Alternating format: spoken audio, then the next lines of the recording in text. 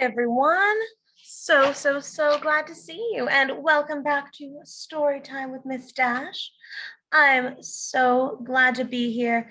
And today we have an extra special story. It's called The Golden Flower, a Taino myth from Puerto Rico. Ooh, right? I like the art. Let's see. I haven't read this one either, so we're hearing it together. Okay. So let's get started. Long ago, the island of Puerto Rico was called Boriquen. This was the name given to it by the first people who lived there, the Taino. From time to time, the families in a Taino village would stop their work and gather together for a celebration called an arrieto. All through the night, they would dance and sing. Then young and old would gather together in a great circle and listen to stories of magic and wonder, of Taino heroes and how things came to be. As you read this book, imagine that you too are sitting in this magic circle on a warm tropical night. The wind is blowing through the palm trees. The stars twinkle in the sky, and the storyteller begins to weave an ancient myth, a Taino tale from long ago. Ooh. In the beginning of the world, there was no water anywhere on earth. There was only a tall mountain that stood alone on a wide desert plain. There were no green plants. There were no flowers. All the people lived on the top of this mountain. One day, a child went walking on the dry land below the mountain. As he bent down over the ground looking for food, something floated by on the wind. He reached out and caught it in his hand. It was a seed. A small brown seed. He put the seed into his pouch. The next day he went walking and again found something as it floated by on the wind. It was another seed. Day by day he gathered these seeds until his pouch was full. It could not hold any more. And the child said to himself, I will plant these seeds at the top of our mountain. He planted the seeds and waited. One morning, a tiny green leaf appeared. The child watched.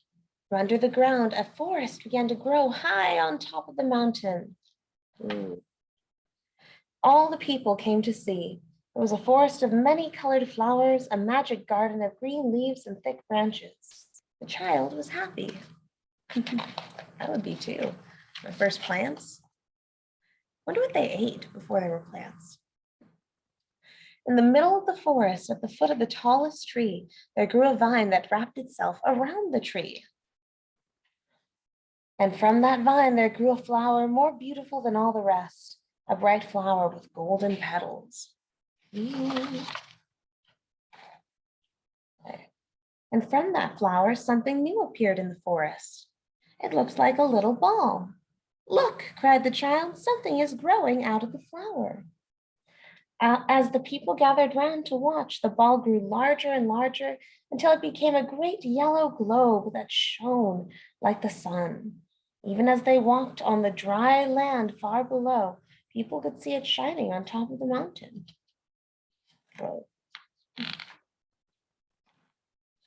One woman said, if you put your ear next to the ball, you can hear strange noises coming from inside.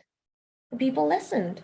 Strange sounds and murmuring could be heard, but nobody knew what was hidden inside. The people were afraid. After that, they all stayed away. Even the child stayed away. Oh. Yeah, turn the page. One day, a man walking on the desert plain saw the golden ball.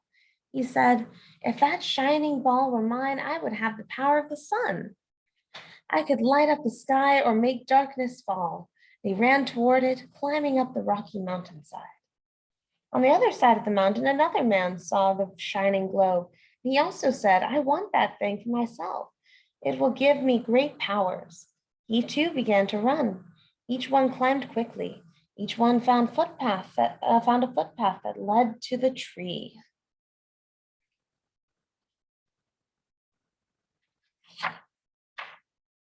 They both ran without stopping until they reached the shining globe at the same time. What they found was not really a ball. It was the fruit of the golden flower, a calabaza, a pumpkin. The two men began to fight and argue. "It is mine," said one. "No, it is mine," said the other. Each man grabbed the pumpkin. They pushed and pulled. They pulled and tugged until finally the vine broke. The pumpkin began to roll down the mountain faster and faster until it crashed into a sharp rock and burst apart. Whoosh! Waves of water poured out of the pumpkin. The water bubbled and foamed. The waves began to cover the earth, flooding the desert plain, rising higher and higher. For it was the sea that had been hidden inside the pumpkin. Out came the creatures, the whales, dolphins, crabs, and sunfish.